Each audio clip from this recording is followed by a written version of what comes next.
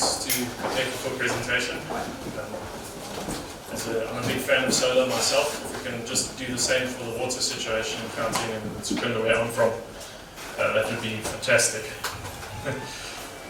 So, as Candice mentioned, my name is Julian. I work for Megchem. I'm the principal engineer in the mechanical engineering group. And I was asked to come and talk to you about quality management and how we manage it in Megchem. It's a bit of a rehearse of what I did at the Secunda Roadshow earlier in the year. And I think every business that is in the position of providing a service or a product to their clients is going to be faced with exactly this challenge, is how do you implement quality management systems? What does it mean for you as a business? And what you can do to avoid making it difficult for yourself. So we'll look at what quality is. We'll look at the governing guideline, which is ISO 9001.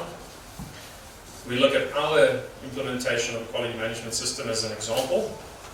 I'll take you through a few potential pitfalls of implementing a system like this, give some advice for those who are seeking to implement or improve quality, and some closing thoughts around what's happening in the global landscape currently about quality. So, to ask the question, what is quality?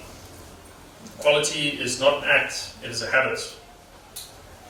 Quality means doing it right when no one is looking. Quality is remembered long after the price is forgotten. Quality is never an accident, it is always the result of intelligent effort. Quality is everyone's responsibility. And my personal favorite, the problem with quotes on the internet is that it is very hard to verify their authenticity. See that rambling?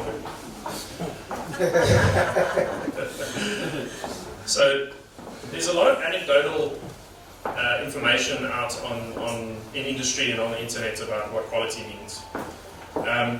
If you want to break it down to its core definition, quality is defined as the degree to which a set of inherent characteristics or distinguishable features of an object, which in turn is defined as anything perceivable or conceivable, such as a product, a service, a process, a person, organization, system, or resource, fulfills its requirements. In other words, a product or a service meets or exceeds the expectations of a customer and all regulatory requirements.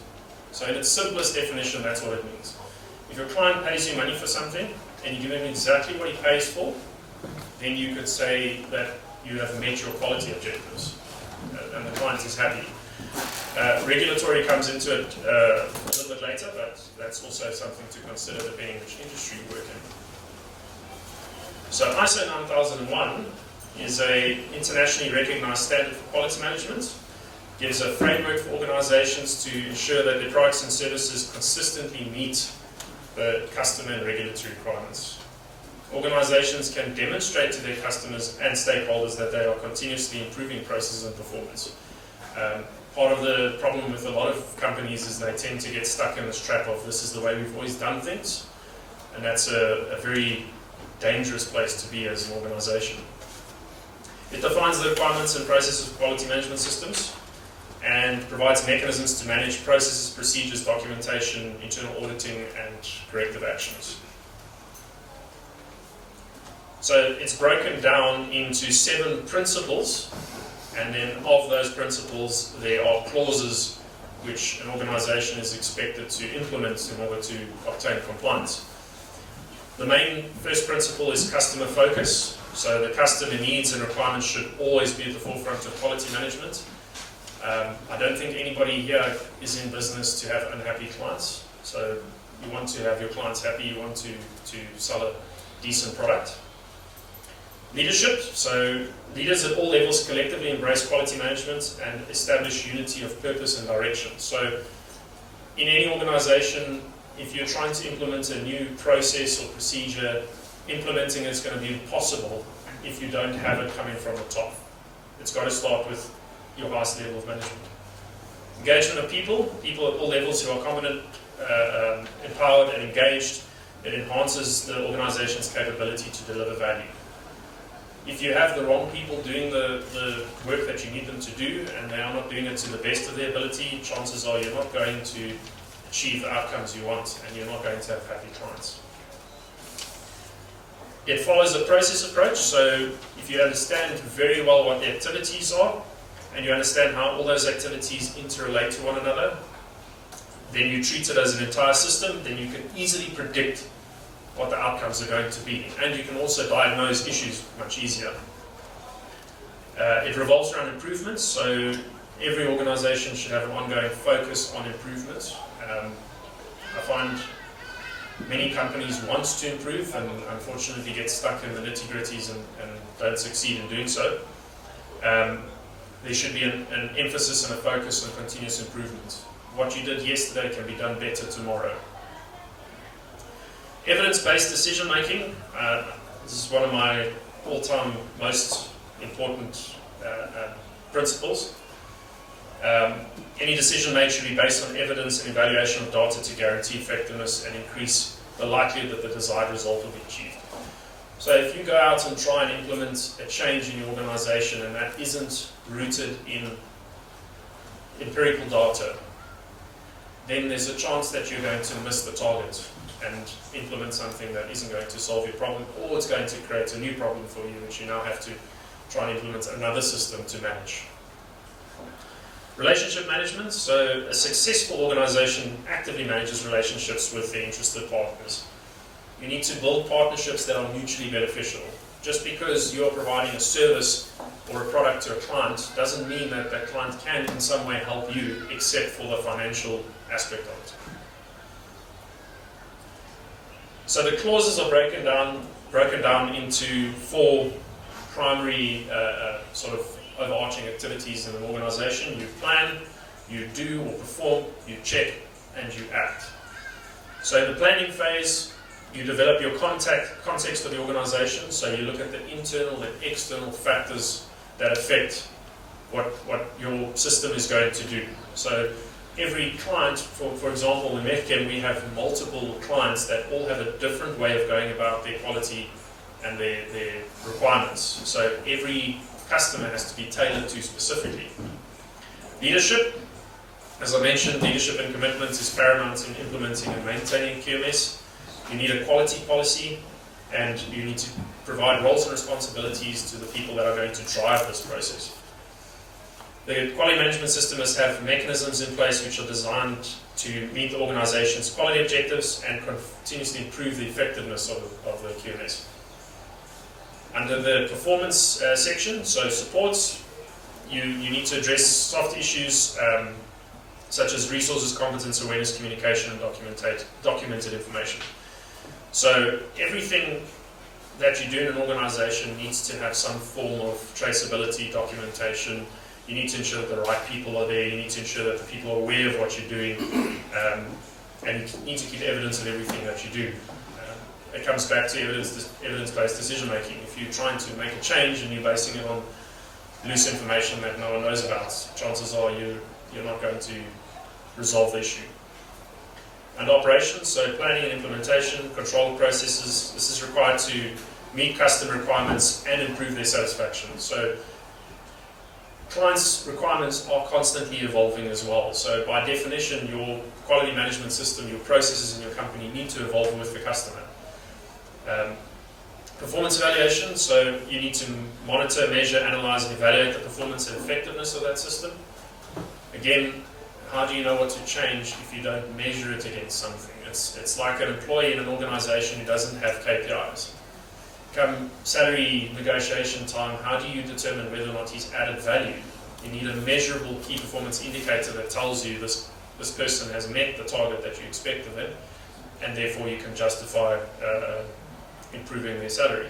And it's the same in a company. You can't change anything if you don't know what it is you're trying to change. You need to measure it and understand it. And then improvement. So performance evaluations and other similar data must be used to continuously increase the effectiveness of the QMS. So this is where non-conformances and corrective actions come in. It's not a comfortable conversation for any company. Every time someone hears the word corrective action or non-conformance, there's an immediate panic that starts to set in. People need to see it as a tool to rectify the problem It's more of a warning sign that something is going to happen rather than something bad actually happened. And it should be used to that effect. So in our context, in our implementation, just for an overview, we are a multidisciplinary design, consulting, engineering, procurement, construction services provider. We do a lot of EPC and EPCM type projects. Our clients exist in petrochemical, chemical, power generation, infrastructure, and allied services and other industries. And we also have a metallurgical engineering group, a sister company that assists us with welding, heat treatment, fabrication, and metallurgical investigations. Their stand is just out here, SecMet. It's very interesting. I suggest you go and pop in there. So our customers exist in many different spheres of industry and economies where business needs and regulatory requirements place a high burden on their operations. So if you've ever worked with a company like Sasol or Eskom, this will ring true for you that there is so much bureaucracy and red tape around how they run their operations that it makes it very difficult to provide a high quality service to them. So we need to perform at a high level of quality to remain competitive in the market and add value to our customers' businesses, because let's be honest, we aren't here for free lunches, except when perhaps is paid. So what we started with was a quality policy. Management got together and decided, right, this is the route that we're going to take and how we're going to manage quality. Our MD, together with the executive management, developed a policy, and it highlights how we want to deal with our customers. Because at the end of the day, what we sell is a service, sometimes a product, and if not for a customer, what we will be selling it to. So we want to ensure that customer satisfaction is in line with their requirements and our professional standards. We want to deliver high quality products timelessly, and it needs to conform to regulatory requirements and customer agreed requirements. Obviously, in our case, in the petrochemical industry, it's quite heavily regulated from a health and safety point of view. Ongoing development of a culture of quality and responsibility towards self, organisation, customers and suppliers and partners. So we want people to think about quality when they do their work, because if they get out of bed in the morning and come to work and doing the right thing the right way the first time isn't forefront of their mind, then chances are you're not going to meet the objectives of your customers. And then application of measurement, analysis and best practices to drive continuous improvement of both the business's operations and the quality management system, how we monitor and evaluate things. We developed planning, so we looked at risks and opportunities, again driven by management, and we continuously review that because the landscape in industry is constantly shifting. We give assurance that the quality management system can achieve the intended results. So if we find that we're not getting that result, then there's time for change. It enhances the desirable effects and prevents or reduces undesirable effects. So assuming that you've identified the root cause correctly and you've implemented a change that addresses that direct root cause, then the problem's going to go away. We drive continuous improvement of the QMS, and these planning activities are undertaken by the organisation to assess our strategies and the ever-changing needs and expectations of our customers. And we implement those changes as well where opportunities for improvement are identified. So we don't only say, these are our processes and this is the way we do things, we also encourage people to come up with new ideas for doing things. Smashing your face against the brick wall is only fun for a short while, and then you have to sort of change direction and do something different. So the impact of the organisation is incredibly high, and any of our executives and management will tell you how difficult it is to find the right skills, resources, methods, equipment, and how to manage that overall business strategy. In South Africa especially, and in the industry we work in, it's very difficult to find the right people at the level of quality that you need to share the same ideals and to drive the process in the way that the company's vision wants to go. So support, the organisation needs to feel like they can best position people, the right people in those places that need to be there, with the right infrastructure, the right tools to meet the goals of the organisation. They are all well informed about the quality policy, so the very first thing I sat through when I joined Megchem was looking at the quality policy. Straight after safety. Safety was the first one. And it kind of gets repeated almost to the point, ad nauseum, that you feel this is now communicated enough, and unfortunately it can't be communicated enough because people get complacent and they tend not to think about it. So we place emphasis on training and competency to ensure that everybody involved that's doing the work knows what the right thing is to do and consistently deliver the right outputs. And added to this is obviously the ethical aspect of it, because if we don't behave ethically, then our clients can't expect us to do the right thing for them, and then naturally they'll take their business elsewhere. So we make clear how everything must be documented as far as necessary to control that system, and we also control access to information. So there is a lot of information floating around in our organization that doesn't really impact certain departments and the activities that they do. We want to communicate what is pertinent to their work. So what I mean with this is that we don't want to flood the employees in the organization with information, because information overload at the same time also causes people to become overwhelmed, and you're just not going to think about it anymore. And then in operation, we implement various procedures and specs, and we address how we conduct activities. So most of the formal business activities that we undertake on the day-to-day are rooted in procedure. And the aim is obviously then to achieve high quality, because if it's rooted in procedure and people understand what the boundaries are, it's very simple to operate within those boundaries. The execution and planning addressed in the previous clauses, driven to enable the organization to meet the needs of customers, and we manage the provision of products and services to facilitate the delivery of solutions to our customers. So we use the same system to manage subcontractors and suppliers that we purchase equipment and services from, with the aim of helping our clients, because unfortunately we're not a one-stop shop, we can't do everything. So where we have a need for assistance from a third party, we hold them to the same standards that we hold ourselves in terms of quality, the expectation for documentation, and compliance with the client's requirements. So there are established criteria which we evaluate the sub-suppliers and subcontractors to ensure that we meet those expectations. Performance evaluation. So the quality management system, we've set up procedures that allow us to obtain feedback from our clients, from our customers. And any work that we do, we request a customer feedback form, and that information is then used to identify where there are shortfalls. It could be one specific activity in a project that didn't go fantastically well, and it might be a problem with a specific procedure and how we go about doing things. So there's an opportunity to improve. So we incorporate feedback from customers, we take feedback and info from our employees, and we look for where we can improve things, both the negative things that come about that we need to improve, but also people bring ideas forward that can improve how we do things, and that is quite important. We take that quite seriously. So we do internal auditing regularly to assess if those objectives are being met. So external auditing is half the battle. If you only focus on external auditing, then trust me, you're missing the boat. Management reviews are regularly undertaken to determine if the management system is effective and if we're still delivering the intended end product for our customers. So that ties into leadership. If management review isn't happening, then management isn't aware of what's happening overall in the business and how we're managing quality, what we're delivering to our customers. So it's important that these management reviews happen, because if it's mandated from the highest level, it's also important that it is verified from the highest level to be the case, that it is moving in the direction we want it to.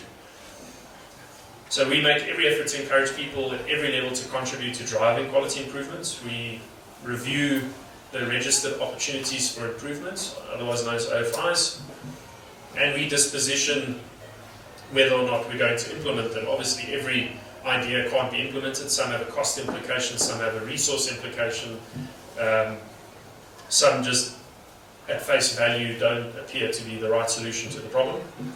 But we take every OFI seriously and deliberate on whether or not it should be implemented. And we make that clear to our employees. We help them understand that just because you have a good idea doesn't mean you should be ignored, and no matter how trivial the idea might be. you could have a process that costs you R1 million a month, and by implementing a small change, you reduce that cost by half. Any organization would be silly not to jump at the opportunity. So we also set up our system to manage non-conformances.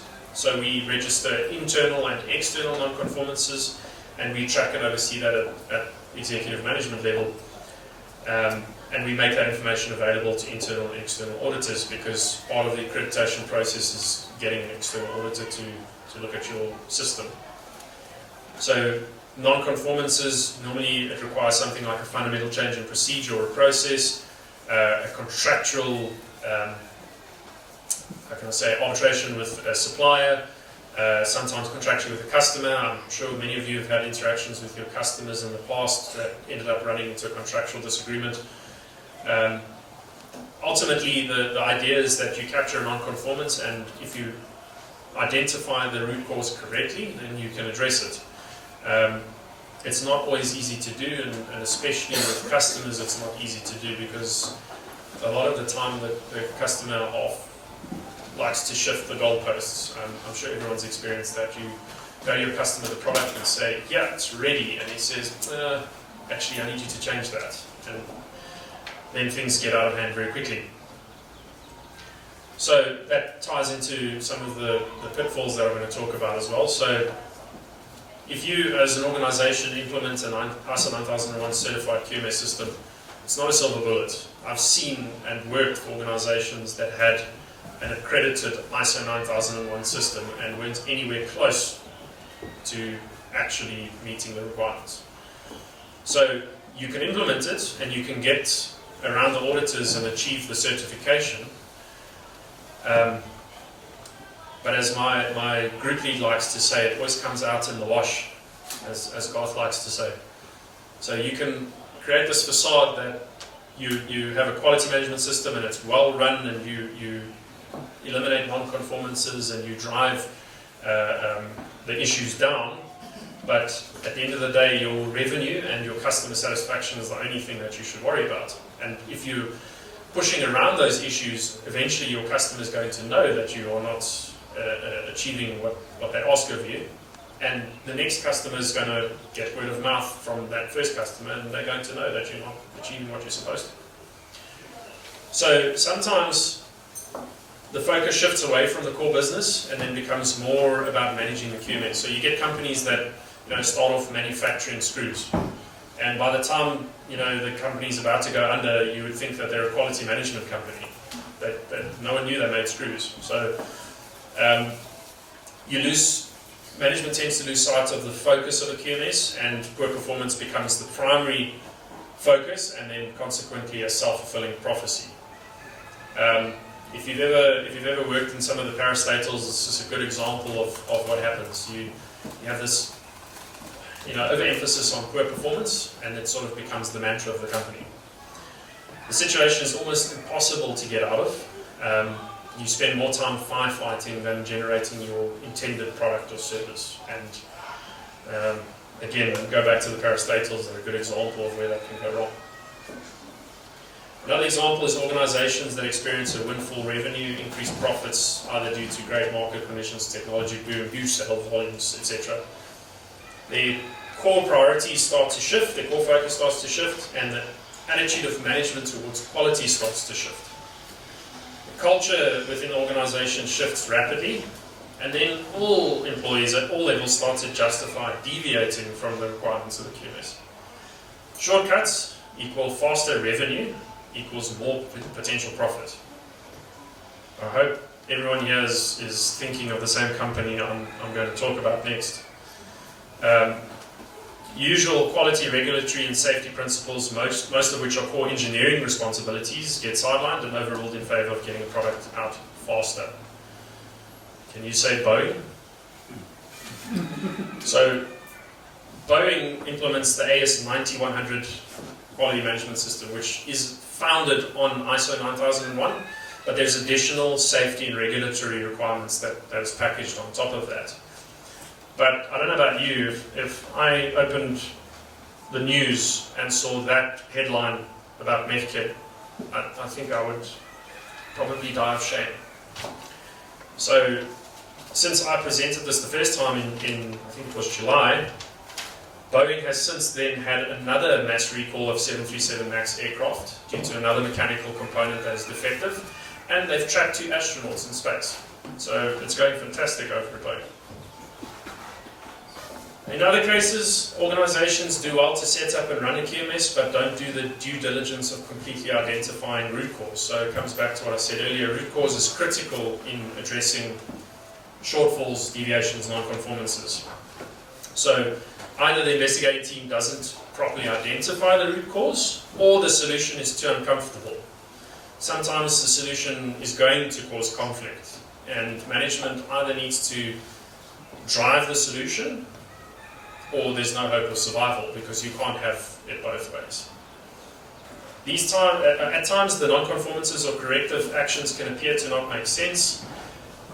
In a few occasions, and I've seen it in companies I worked for, a non-conformance or a corrective action becomes a punitive measure, and they use it as a stick to hit the offending party with. And again, if your approach with quality is to use it as a big stick, I promise you, you're going to fail.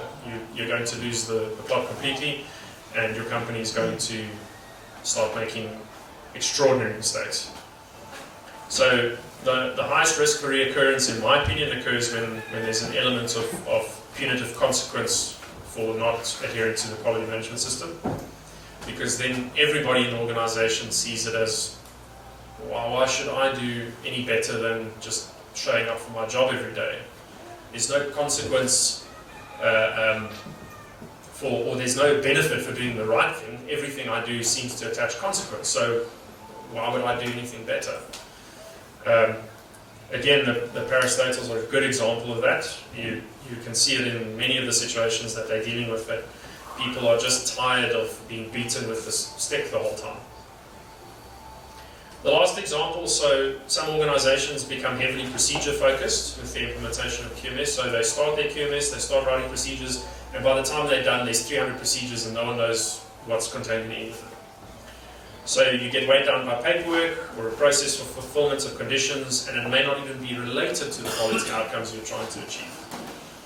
This demotivates everyone involved because, let's be honest, paperwork is the bane of everyone's existence. No one likes paperwork.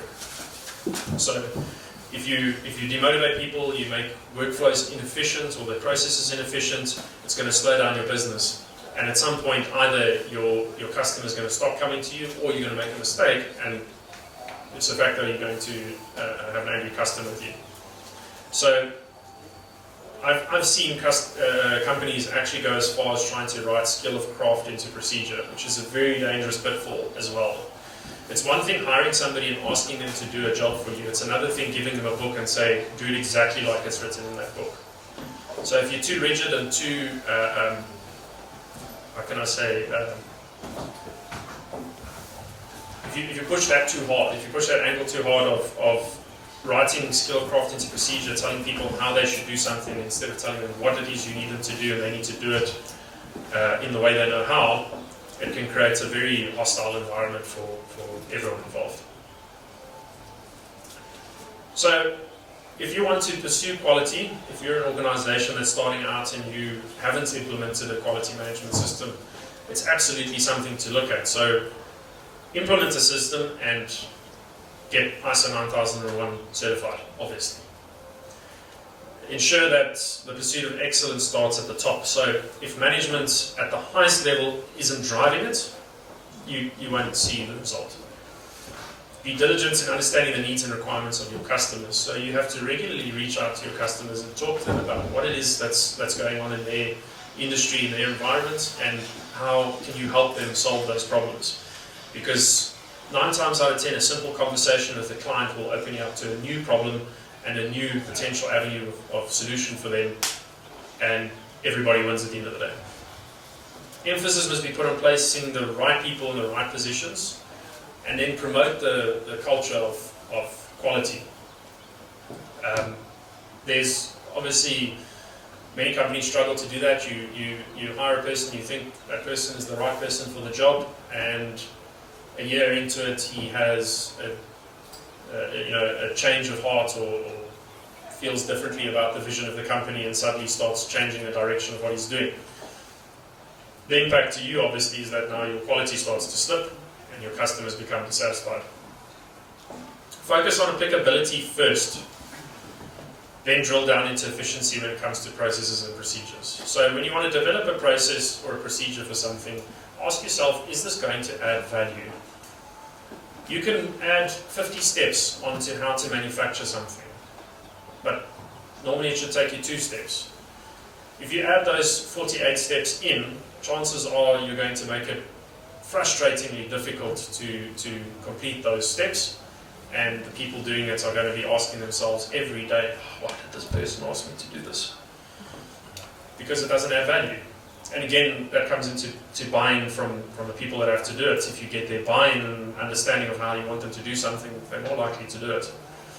And then lastly, if a deficiency or non-conformance arises, ensure that the right people investigate and a definitive root cause is identified and proper measures are put forward on how to rectify it. Again, I've seen many examples of companies that chase their tails in circles trying to fix a problem, and it keeps reoccurring because the root cause of why it happened in the first place wasn't addressed. So obviously it's going to happen again. I mean, when you see the same non-conformance raised 3 times, I mean, red flag should go.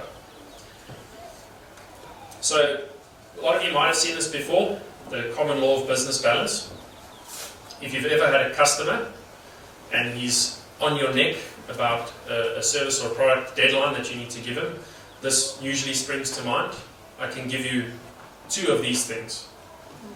The one in the center we sometimes call no man's land. It doesn't really exist, but it's for me a bit of an odd way of representing it, and I feel it misrepresents what quality is trying to achieve, and it misrepresents what organizations should be doing in terms of quality. So my approach to this is, in the day when I start a job for a customer, my goal, first and foremost, is that it must be the top one, good.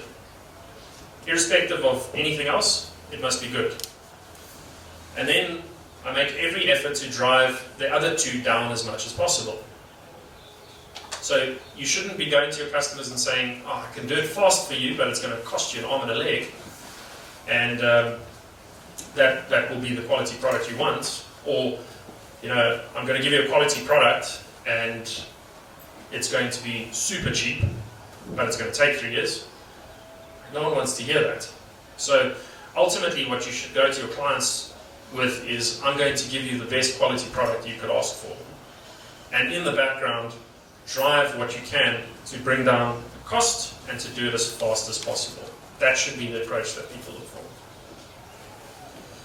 So Dr. Deming was the father of quality management.